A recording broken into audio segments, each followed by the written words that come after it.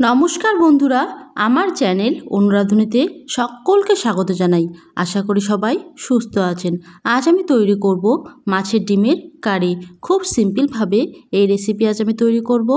আমি এখানে কিছু পরিমাণ রুই মাছের ডিম ভালোভাবে পরিষ্কার করে ধুয়ে নিয়েছি।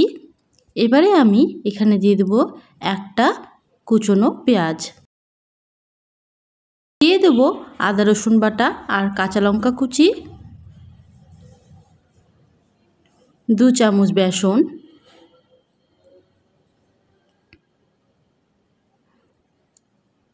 পরিমাণ মতো নুন, হলুদ গুঁড়ো, জিরে গুঁড়ো। এবারে সবগুলো ভালোভাবে মেখে নেব। মাছের ডিম ধোয়ার পর মাছের ডিম থেকে আমি ভালোভাবে জল ঝরিয়ে নিয়েছি। আপনারাও চেষ্টা করবেন ভালোভাবে জল ঝরিয়ে নেওয়ার, তা না হলে অনেক বেশি পাতলা হয়ে যাবে।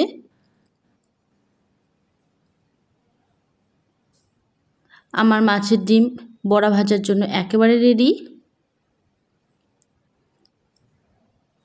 প্রথমে আমি কড়াই দিয়ে দেব সরষের তেল।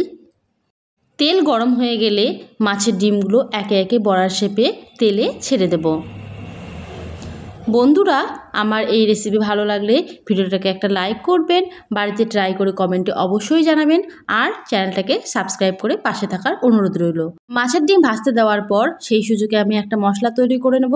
তার জন্য একটা টমেটো কেটে নিয়েছি, কাঁচা লঙ্কা, রসুন আর আদা সবগুলো আমি মিক্সিং জারে পেস্ট করে নিয়েছি। এবার এখানে আমি দিয়ে দেব হলুদ গুঁড়ো, জিরে গুঁড়ো আর শুকনো লঙ্কা গুঁড়ো। মশলাটা মিক্স করে নেব ভালোভাবে।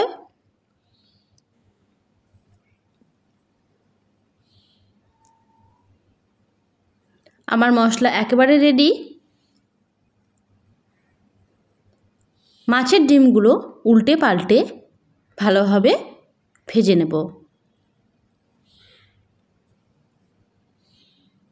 মাছের ডিম ভাজানো হয়ে গেছে, এবারে তুলে নেব।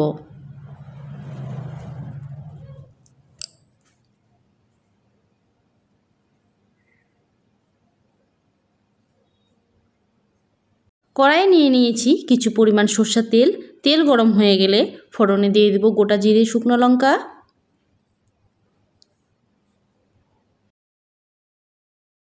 দিয়ে দেব একটা পেঁয়াজ কুচি। পেঁয়াজটা আমি সফট করে ভেজে নেব। পেঁয়াজ সফট হয়ে গেলে এবারে আগে থেকে তৈরি করা মশলা পেস্টটা আমি দিয়ে দেব। মশলা ধোয়া জল দিয়ে দিব, পরিমাণ মতো নুন দিব, চিনি দিব। এবারে মশলাটা ভালোভাবে কষিয়ে নেব। মশলা থেকে যতক্ষণ না তেল ছেড়ে দিচ্ছে ততক্ষণ পর্যন্ত কষবো। আমার মশলা কষানো হয়ে গেছে, এবারে দিয়ে দেব উষ্ণ গরম জল। জল ফুটে উঠলে মাছের বড়া ভাজাগুলো দিয়ে দেব। আমি এখানে জলের পরিমাণটা একটু বেশি দিয়েছি। এবারে মিডিয়াম টু লো আছে 5 থেকে 7 মিনিট ঢেকে রান্না করব। ফিরে এলাম 7 মিনিট পর। এবারে দিয়ে দেব গরম মশলা গুঁড়ো। গরম মশলা গুঁড়ো দিয়ে 1 থেকে 2 মিনিট ফুটিয়ে নিলেই আমার মাছের ডিমের কারি একেবারে রেডি। গ্যাসের আঁচ অফ করে ঢেকে রেখে 10 মিনিট পর পরিবেশন করব। আজ তাহলে এই পর্যন্তই। আবারও ফিরে আসবো কোনো এক রেসিপি নিয়ে। ভালো থাকবেন, সুস্থ থাকবেন। ধন্যবাদ।